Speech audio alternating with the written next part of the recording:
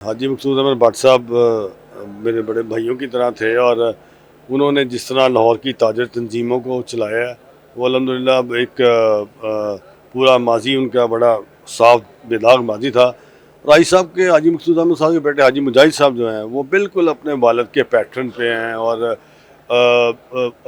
इस वक्त जो अंजुमन ताजरान लाहौर है बड़ा इफेक्टिव आदमी है मुजाहिद साहब।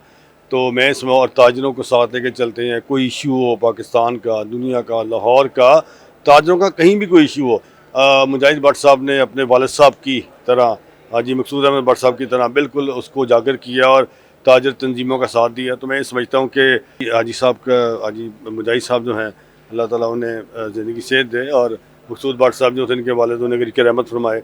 बड़े बड़े ही वर्कर आदमी थे, बड़े सियासी आदमी थे। इस शहर की वो एक बड़ी एक है, एक बड़ी एक चीज़ की अहमियत रखते थे, शख्सियत हैं आम।